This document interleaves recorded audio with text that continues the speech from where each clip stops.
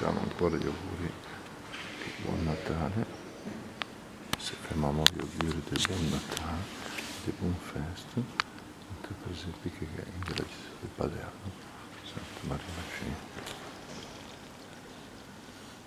Facciamo per più tradizionale, con l'acqua che scorre, le luci che si accendono per significare il giorno e poi si abbassano per indicare la notte, e con la natività, la cappanuccia appunto realizzata in stile tradizionale.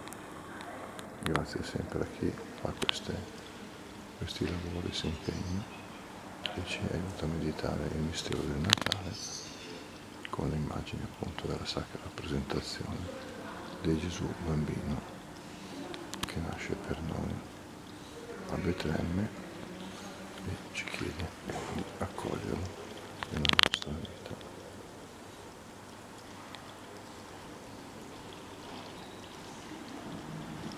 Buon Natale.